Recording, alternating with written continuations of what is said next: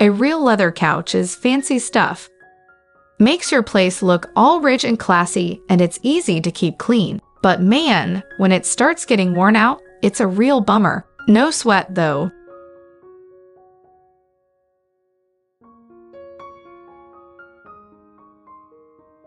I got a quick fix that'll sort it out in 5 minutes flat. Just remember to hit that like and save button.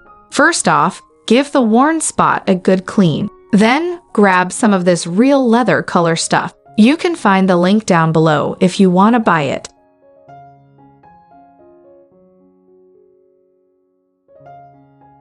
Use a cotton swab to dab it onto the worn area, spreading it around nice and even.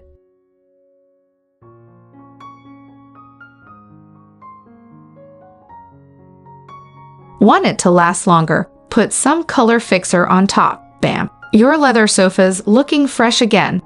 Don't forget to hit like and save it. If you have any questions, please leave a comment below.